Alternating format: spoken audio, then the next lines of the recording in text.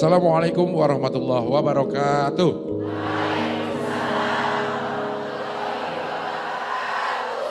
Alhamdulillah pemirsa, pagi hari ini kembali ketemu lagi kita di acara kesayangan kita. Barakallah, hidup semakin berkah.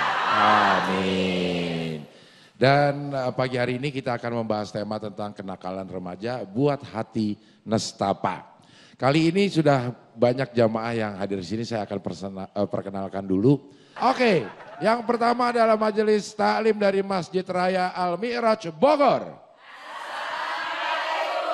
Waalaikumsalam. Cantik-cantik banget. Anaknya Bu, ibunya juga cantik. Anaknya. Ibunya juga cantik. Iya. Mana brosnya juga, nunggu di Jakun. Di Jakun nunggu bros tuh Ibu. Makasih Ibu sudah hadir di sini. Berikutnya ada Majelis Taklim Al-Hidayah Bendungan Katulampa. Waalaikumsalam. Posisi terakhir di Katulampa udah posisi.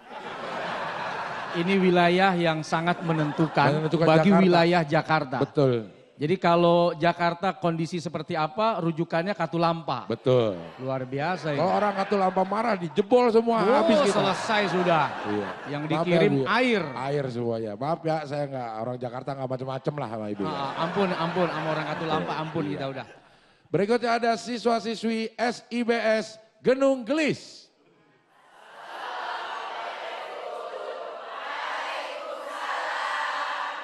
Memang yang sebelah sini gelis-gelis. Gelis. Yang sini gunung-gunung. Wah. Di Gunung Gelis tuh wilayah. Wilayah. Dan kebetulan kita memang sekarang berada dalam wilayah SIBS yaitu Sinergi Islamic Boarding School. Dan kita sekarang berada di masjidnya yang luar biasa megah. Iya, Baitul Malik. Baitul Malik. Ini pas banget nih sama tema kita nih. Ya, kita beberapa saat yang lalu kita mendengar ada kekerasan yang terjadi di pondok pesantren. Ada yang di Tangerang, juga ada yang di daerah Jawa Timur kayak itu. Nah itu sebenarnya gimana kok di pesantren, tapi kok bisa ada tindakan kekerasan gitu Ustadz? Ya, udah dan kita semua, kita harus memisahkan memang antara lembaga pendidikan dengan siswa-siswi yang ada di dalam lembaga itu. Karena bisa jadi setiap orang membawa karakter masing-masing. Dan karakter masing-masing itu tidak selalu bisa terkontrol. Apalagi kalau siswa-siswinya sudah ribuan. Sementara gurunya tidak melebihi dari siswa-siswinya. Satu orang punya kewajiban mengawasi 100 misalnya. Yeah. Atau 50 misalnya. Nah bagaimana mengawasi para siswa, para siswi yang kebetulan mungkin membawa karakter yang beda. Nakalnya, jahilnya, badungnya. Nah itulah pentingnya sekolah, lembaga pendidikan bukan hanya mengajar. Kalau mengajar dari Google juga bisa orang belajar. Gunung Gelis? Gunung Gelis, Google. Oke. Iya. Gunung Gelis. Google. Tapi kenapa anak itu disekolahkan? Karena di sana ada kegiatan pendidikan. Sehingga karakter building. Oh my God. Character building, yes. Karakternya terbangun. Yang tadinya males jadi rajin. Yang gak mau bangun pagi akhirnya diminta untuk tertib. Tahajudnya, kemudian sholat subuhnya. Yang tadinya males-malesan kini jadi rajin. Lingkungannya juga menjadi lingkungan yang sangat-sangat baik. Tapi ketika ada oknum pelajar, oknum siswa dan siswi, kita tidak bisa dan tidak boleh mengeneralisir. Oh, sehabis karakter building and then ada generalisir. Ya, sebab tidak mungkin guru dan lembaga pendidikan itu mengajarkan kekerasan. Ya. Apalagi membiarkan kekerasan. Tapi kalau terjadi, saya rasa tidak hanya di lembaga pendidikan, bahkan lembaga-lembaga pendidikan nasional, negeri, itu juga bisa saja terjadi. Kekerasan di dalam lembaga-lembaga negara pun bisa saja terjadi. Kepolisian maksud Kepolisian misalnya. Ada. Ada. Ya. Tentara misalnya. Dan itu disebut oknum. Tidak boleh menyalahkan ini lembaganya yang salah, tidak bisa. Tapi oknum-oknum inilah yang harus ditertibkan. Begitu juga dalam lembaga pendidikan, oknum-oknum pelajar, siswa-siswi yang bermasalah secara karakter memang harus dididik dan ditertibkan. Oke, baik, sekarang untuk yang hadir di sini, siapa yang mau nanya? Boleh dari Cipadu? Bukan, dari mana? Oh, dari Bogor. Assalamualaikum Ustaz. Waalaikumsalam warahmatullahi wabarakatuh. Perkenalkan, nama saya Ibu Tiwi dari Masjid Raya Al-Mi'raj Bogor. Oke. Ya, ini saya mau ada bertanya sama Pak Ustadz mengenai kenakalan remaja. Kebanyakan anak remaja itu biasanya dari broken home ya. Agak bahasa Inggris dikit. Character building, broken home. Broken home. Yes, No broken home. Oke, yes, I know. Yes, wow. Ya, yang notabene anak-anak itu jadi kurang kasih sayang. Yes. Kurang kasih sayang, kurang perhatian. Nah, untuk itu bagaimana sih orang tua itu harus menyikapinya, harus bagaimana Pak Ustadz? Terima kasih. Wassalamualaikum warahmatullahi wabarakatuh. Waalaikumsalam warahmatullahi wabarakatuh. Makasih Ibu Tiwi. Ya, Bu Tiwi. Broken itu artinya apa? Pecah. Pecah. Hancur. Lebur. Lebur. Rusak. Ambruk. Ambiar. Iya. Home itu rumah. Bukan rumahnya ambruk ya. Bukan. Nah, itu kalau Katulampa kirim air banyak rumah ambruk. Dan itu tidak disebut sebagai broken home, tidak broken home ya, rumahnya ambruk. Iya. Nah, tapi yang ambruk adalah karakter isi rumah. Karakter isi orang yang ada di rumah. Bagaimana gara-gara sebab perceraian suami istri. Iya. Lalu istrinya pergi meninggalkan rumah. Ini ibu kan posisinya. Lalu kemudian ayahnya pun sibuk dengan dirinya sendiri. Tinggallah anak nestapa memikirkan nasib karena ayah ibunya tidak lagi peduli. Atau bisa jadi masih dalam hubungan rumah tangga tapi ayahnya sibuk, ibunya sibuk. Akhirnya anak tidak punya tempat untuk bercerita, anak tidak punya tempat untuk curhat. Akhirnya dia pergi cerita ke orang lain, curhat di tempat lain. Ternyata yang memberikan jawaban atas curhatannya justru salah dalam memberikan tips, dalam memberikan informasi. Inilah awal mula kenapa banyak remaja yang rusak, yang salah jalan itu disebabkan karena broken home. Isi orang-orang di salah satu rumah atau di rumah itu hancur psikologisnya. Rusak hubungannya sehingga berdampak kepada anak-anak yang memang butuh bimbingan, butuh pengawasan. Nah, perhatian. Sementara dua orang ini ibu dan bapaknya sibuk atau tidak lagi saling memberi perhatian atau kemudian terjadi percekcokan, pertikaian, yang jadi korban adalah anak. Iya. Begitu ya Bu ya, Ibu Tiwi. Terima kasih. Nah, jadi tolong dijaga hubungan suami istri, ayah dan ibu agar tidak berdampak kepada psikologi anak. Bertengkar biasa, tapi cari tempat yang aman dari pandangan anak. Ribut biasa, tapi cari tempat yang hanya berdua dengan suami atau istrinya. Tapi kita harus jeda sebentar, nanti kita akan kembali lagi tetap di sini di Barakallah, hidup semakin berkah. Amin.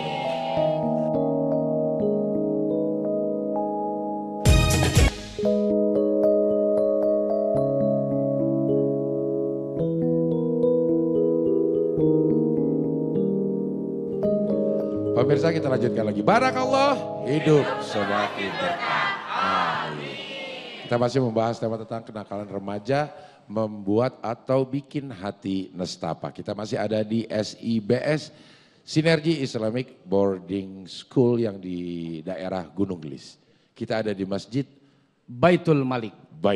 Malik. Oke, langsung saya berikan kesempatan lagi. Ibu-ibu yang mau bertanya, siapa lagi yang mau nanya Bu? Oke, ibu yang pakai jilbab.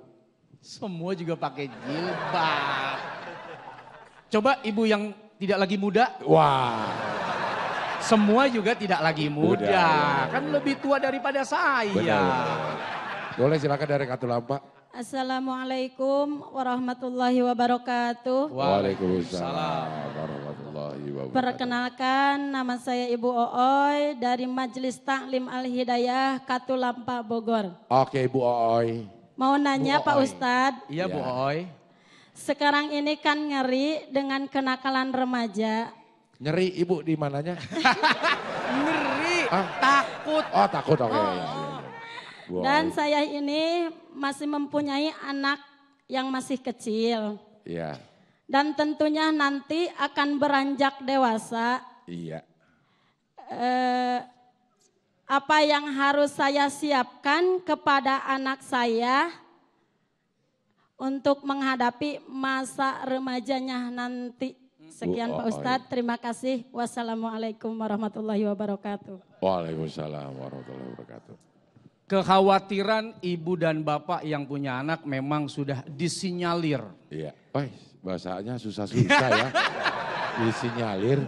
Oleh Allah Subhanahu wa taala dalam Al-Qur'an, bismillahirrahmanirrahim, wal yakhshal ladzina law taraku min khalfihim dzurriyyatan di'afa khafu 'alaihim falyattaqullah wal yaqulu qawlan sadida.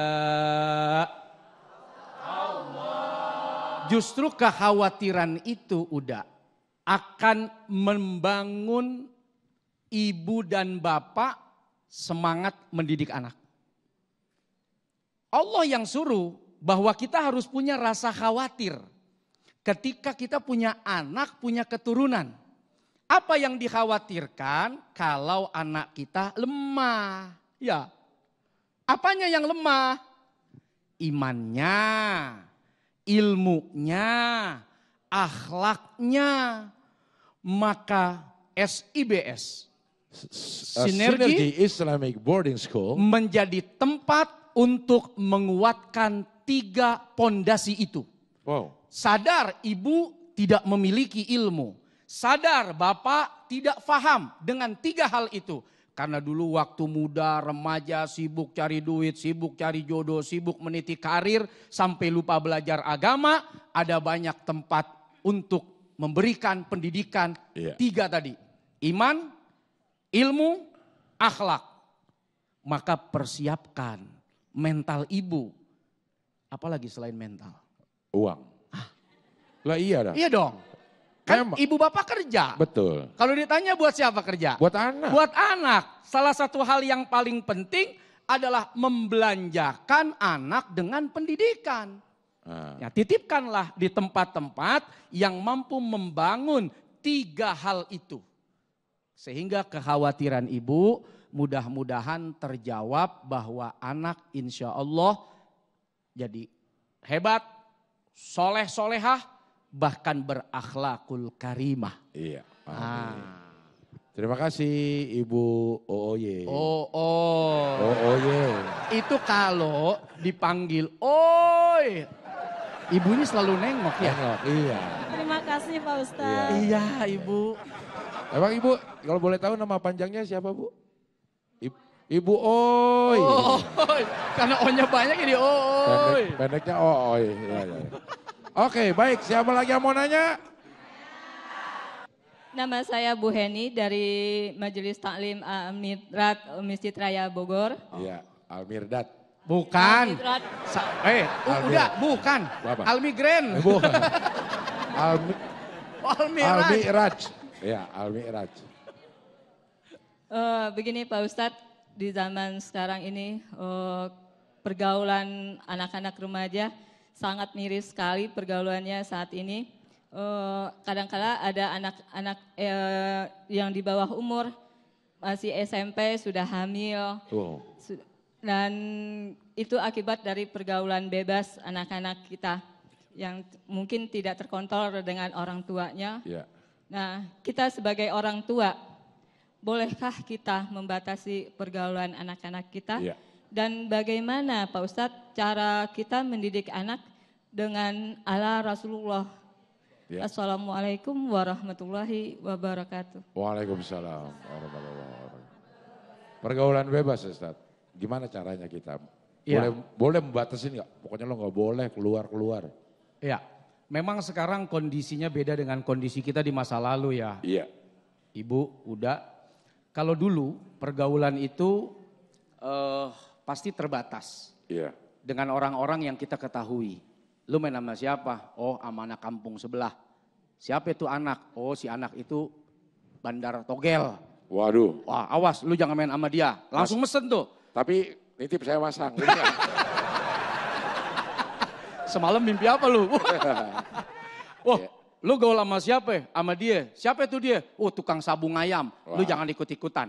Pergaulannya terbatas dan mudah diketahui. Yeah. Tapi anak-anak sekarang pergaulannya bukan cuma sekedar bebas, tak terbatas, bahkan sulit untuk diidentifikasi.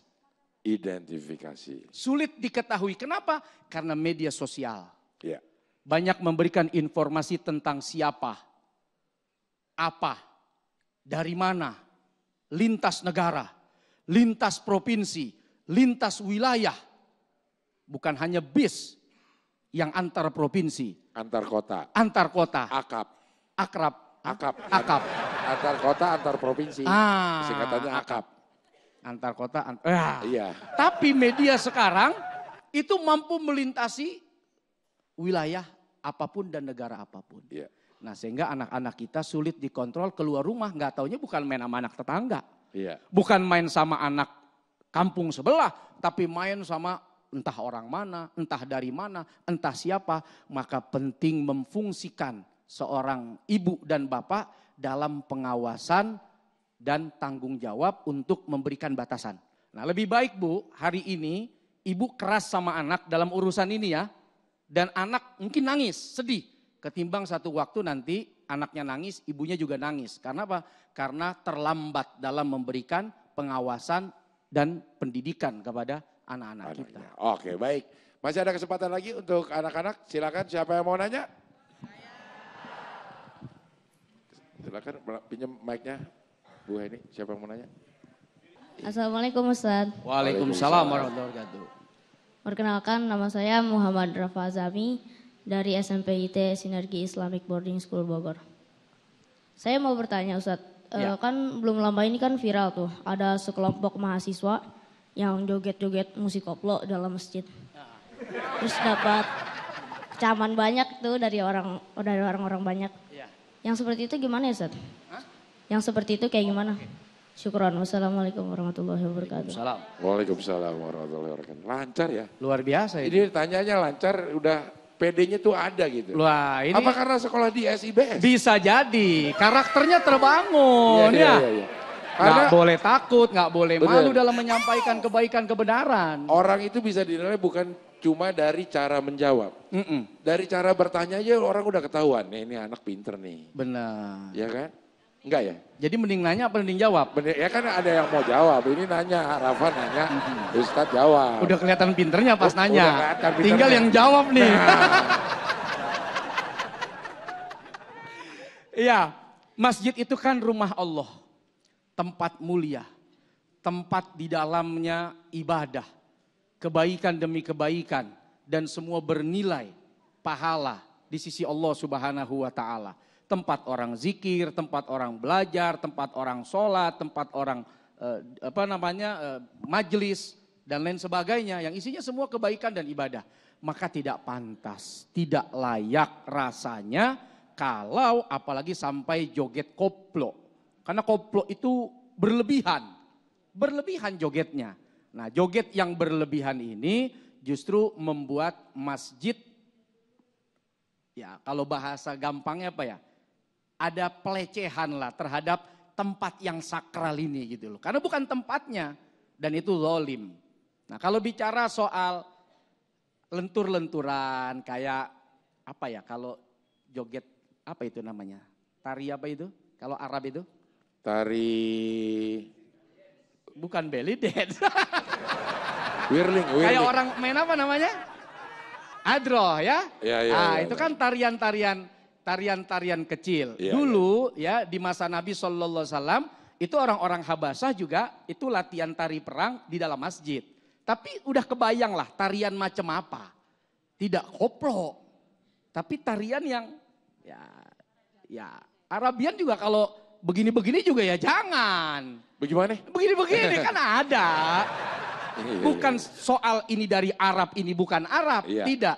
Tapi soal kepantasan. Iya, iya, iya. Nah, kepantasan itu dari gerakan dan juga dari isi musiknya. Musiknya. Nah, dulu ya orang-orang Habasa itu ya diiringi dengan dub, dengan gendang, kemudian mereka menari pedang. Nah, itu kan sesuatu yang biasa.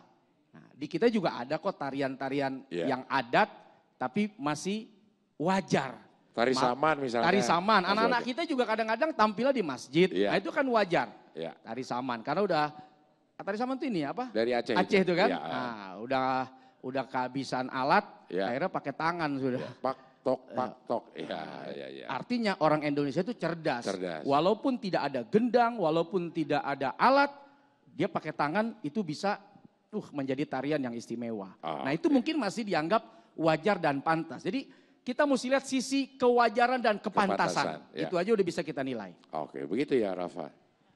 Makasih. Sama-sama. Ya. Kamu kelas berapa sih sekarang? Kelas 7. Kelas 7? Berarti udah lebih dari kelas 6 dong? Yang pasti belum 8. Belum 8, ya. Oke, baik pemirsa, sayang sekali waktu kita sudah habis.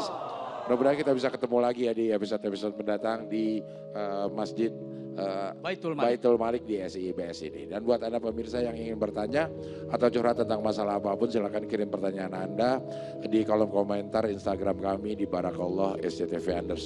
Untuk pendaftaran jamaah seperti ibu-ibu yang hadir di sini, silakan DM Instagram kami dengan format nama majelis taklim dan 2 nomor telepon yang bisa dihubungi. Insya Allah besok kita akan ketemu lagi, tentunya tetap di Barakallah, hidup semakin berkah.